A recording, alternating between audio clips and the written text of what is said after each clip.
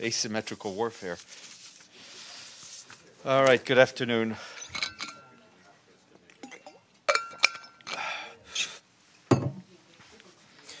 Good afternoon. I will start off with an update on an ongoing operation in the Democratic Republic of the Congo. Our peacekeeping colleagues tell us that 6 peacekeepers from Malawi and 1 from Tanzania, who are part of the UN peacekeeping operation in the DRC, were killed yesterday in Beni territory in North Kivu. As you know, this is the area where there is an Ebola outbreak, and insecurity has been an obstacle to the response of the outbreak. The peacekeepers were killed during a joint operation carried out by the UN peacekeeping mission and the Congolese armed forces against the Allied Democratic Forces known as ADF. Initial reports indicate that 10 additional peacekeepers were wounded and another one is missing. Several soldiers from the Congolese armed forces were also reportedly killed or wounded during the operation. The Secretary General expresses our condolences to the families of the killed peacekeepers and the government and the people of the Republic of Malawi and the Republic of Tanzania. We do expect a more formal statement to be issued shortly. Back here, the Undersecretary General for Peacekeeping Operations, Jean-Pierre Lacroix, briefed the Security Council this morning on the G5 Sahel Joint Force. He said the security situation in the Sahel was still very worrying and the operationalization of the G5 Sahel Joint Force has not been easy. Mr. Lacroix noted that now more than ever, the G5 Sahel Joint Force depends on the support of the international community. Remarkable progress has been made in the area of force generation, he said, but the Joint Force has still not attained full operational capacity. Major equipment shortfalls, capacity gaps, insufficient infrastructure, and a lack of secured operational bases continue to delay the full operationalization. His remarks are available in our office. And also this morning, the Security Council adopted resolutions on Abyei renewing the mandate for 6 months, and another resolution on the peacekeeping mission in the Central African Republic, which was a 2-week technical rollover. And on the subject of the Central African Republic, the UN mission there reports that earlier today, clashes took place in Alindao in the Basse-Koto prefecture between anti-Balaka and UPC armed members. 4 civilians are reported to have been killed. The fighting led to the deaths of an unknown number of other civilians and also the displacement of thousands more who fled to local MINUSCA premises seeking protection. The UN mission dispatched patrols to the area and provided security to those displaced. The situation is reported to be calm now, and the mission is closely monitoring the situation. And following questions raised at yesterday's Security Council briefing, we wanted to say that the Secretary General closely followed the recent developments in the Horn of Africa and trusts that the lifting of the sanctions on Eritrea will contribute to further advancing peace-building efforts in the region and to consolidate a conducive environment for greater economic integration and sustainable development. The United Nations stands ready to support countries in the region in addressing the remaining peace and security challenges. It also stands ready to support the ongoing dialogue between Djibouti and Eritrea and other regional efforts to settle outstanding issues between the two countries. And on Yemen, our humanitarian colleagues tell us that the port of Hodeidah and Salif are functioning normally, but at reduced capacity since the gantry cranes in Hodeidah were destroyed in August of 2015. There are currently 3 vessels, 2 carrying food and 1 carrying fuel, that are currently offloading at Hodeidah, and 1 is offloading food at the port of Salif. Since the 10th of October, the government of Yemen has imposed new restrictions on vessels carrying fuel, with 4 currently being denied clearance by the coalition at the government's request. These 4 vessels are carrying more than 40% of the average month's supply of fuel for the country. As you will recall, in his briefing to the Council on the 23rd of October, Mark Lowcock, the Emergency Relief Coordinator, stressed that humanitarian and commercial imports must flow to all ports and onwards to their final destinations. He called for the lifting of restrictions on imports and keeping the main transport routes open and safe. Mr. Lowcock will brief the Security Council tomorrow on Yemen's humanitarian situation, including the risk of famine. Also briefing the Council tomorrow is David Beasley, the Executive Director of the World Food Programme, and he will also be my guest at the noon briefing tomorrow, having just wrapped up a 3-day visit to Yemen, where he also included a visit to the port of Hodeidah. The World Food Programme is currently reaching up to 7 to 8 million Yemenis with food aid and is scaling up its efforts to feed up to 12 million people. On Ukraine, our humanitarian colleagues also today spotlighted the increasingly forgotten plight of millions of people inside eastern Ukraine who are facing temperatures well below zero in the midst of an ongoing active conflict. Osnat Lubrani, the UN resident coordinator and humanitarian coordinator in Ukraine, today called on international donors to urgently step up funding to help vulnerable families through the long, harsh winter. While more than 1 million people most in need have received vital assistance and protection services, funding is falling short, with only 36% of the 2018 humanitarian response plan funded. Ms. Lubrani warned that a lack of funding means that the basic needs of millions of men, women, and children continues to be denied. And we had been asked earlier about our response to the Palermo talks being hosted by Italy in Libya, and I can say that we welcome the unity of the international community in supporting the UN action plan, including the holding of Libyan-led inclusive national conference in early 2019, and the efforts of the Secretary General's Special Representative Hassan Salameh in the Libyan-owned political transition, as reiterated at the conclusions of the Palermo conference. And something to think about, because today is World Philosophy Day. Like that, huh?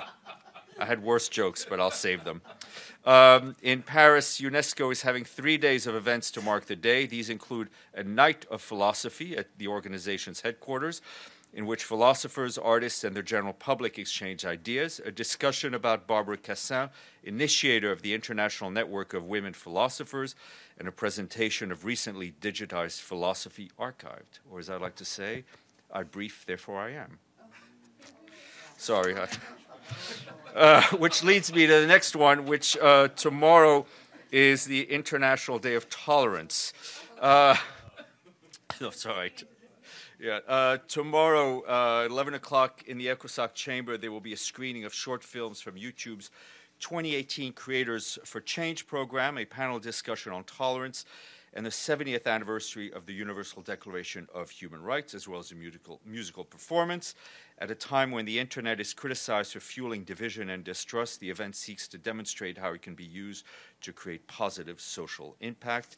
You're invited to attend or to watch on the webcast. And I will be joined in a short while by Nihal Saad, the spokesperson for the High Representative of the UN Alliance of Civilizations. She'll be here to brief you ahead of the 8th Alliance of Civilizations Global Forum, which will be held on the 19th and 20th of November here in New York. Questions? Signorina. Thank you, Stéphane.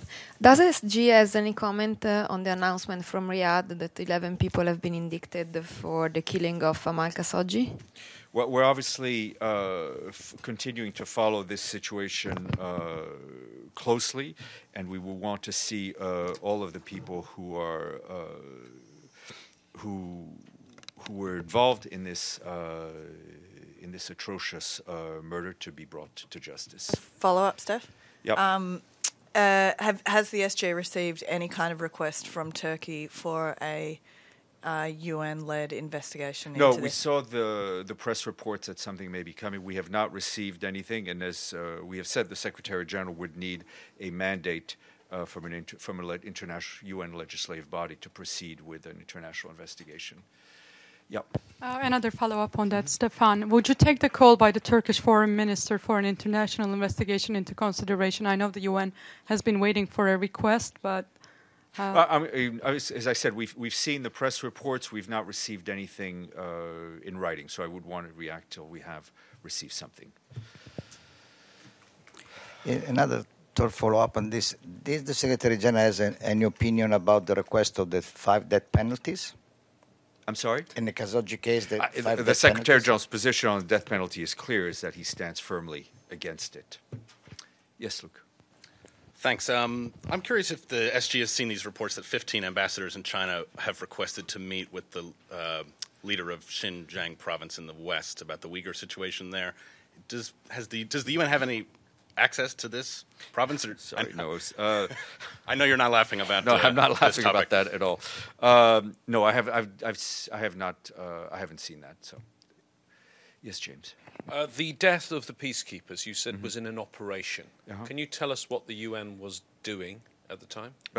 It's an ongoing operation, so we hope to have a bit more details tomorrow. But obviously, as we have highlighted here, this is an area where the presence of armed groups has made the response to the ongoing Ebola outbreak that much more complicated in an already very complicated setting. Yes, Evelyn. Thank you. Can you elaborate on the Ukraine? Are the Russians in the east and Kiev in the west withholding aid or just not giving it? Or what? No, the issue is that our humanitarian appeal is underfunded, and that obviously the underlying political issues are not being solved, and the civilian population continues to suffer, especially as we enter into the winter months in the area. Yep. Yes, Stéphane, I was once promised by you that you would follow up on the situation for Yemeni refugees in South Korea, if you remember. That about 500 Yemeni refugees were about to be deported, but the thing is, they gave them 1 year residency.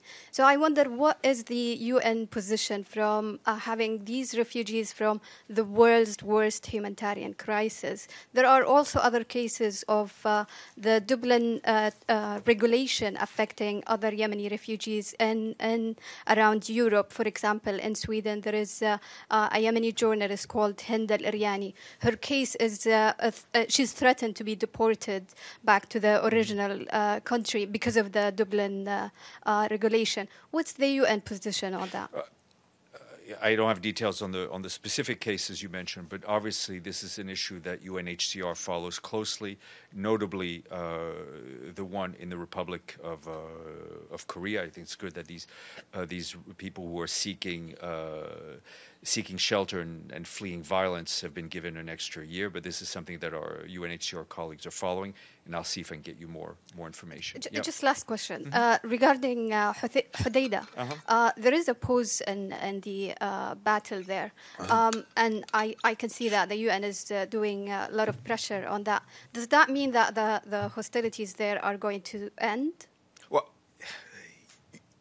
as the UN is not the one who is engaged in the hostilities, I can't predict what the belligerents will do. There is, as you know, we've seen that there is somewhat of a lull in the fighting. We hope the fighting stops. We are engaged really on two fronts. One is on the political end through Martin Griffiths' efforts, and the other one is on the humanitarian end. Mr. Beasley, who was just in Hodeidah less, I think, than 24 hours ago, will be here tomorrow and will give you a lot more detail on the situation on the ground. Yeah, thank you, Stéphane. Staying on Yemen, there were reports about tensions in Mahara Governorate, where 6 people were slaughtered by Saudi and Hadi troops together at opening fire against protesters. Do you have any position on this? I will check. I haven't seen those reports. I'll check. Yes, ma'am. Do you have any update on the Bangladesh election? Because it said on December 30th, which is like during the holiday, and the opposite leader is still in jail. Also, there is a journalist, Shohidul Alam, he's also still in jail. Do you have any update? No, nothing to what we've already said on the issue. James. Couple of further questions. One on Rohingya and Bangladesh was going to offer to let some people return. That has not happened because none of them wanted to return. That was a sort of bilateral arrangement between Bangladesh and Myanmar. Right. How does the UN, given that didn't work at all and was rather chaotic, how does the UN think things should operate going forward? There's a basic principle here. is that any repatriation must be in line with international law. It must be voluntary, and it must be done in dignity. And the refugees need to have the right to return home or to a place of their choosing. Our colleagues at UNHCR are on the ground following it very closely. I think as you've seen, they have stated that, A, they couldn't find anyone who actually wanted to go home, and that, I think neither UNHCR nor UNDP, who've been involved in visits to various parts in Rakhine State, have stated that the conditions are conducive to their return. So this is something the Secretary General is following closely. UNHCR is on the lead, but for the Secretary General's part, there are some basic principles that need to be respected. Yep. A couple of other loose ends. Sorry, I might have missed it, but you said Mr. Beasley and Mr. Lowcock were briefing. Martin Griffiths is still briefing, is he not, tomorrow? I believe he is, yeah. The fact that I did not mention him does not mean that he's not briefing, but I will check. Okay. And on another special envoy, Stéphane de Mistura's term was supposed to end at the end of November, and then the new special envoy, Ambassador Geir Pedersen, was supposed to take over. There are some reports now, I don't know if you've announced it, suggesting that Mr. de Mistura will be able to stay on until the end of the year, and the new special envoy will take over from 2019. Can you confirm that? What is important is that there's no gap, and so we're making the arrangements to ensure that there's no gap into the leadership of the office. But when does Ambassador Pedersen take over? I don't have the exact dates, but obviously the focus is on not leaving a blank seat, so to speak. Nihal, you are most welcome to join me.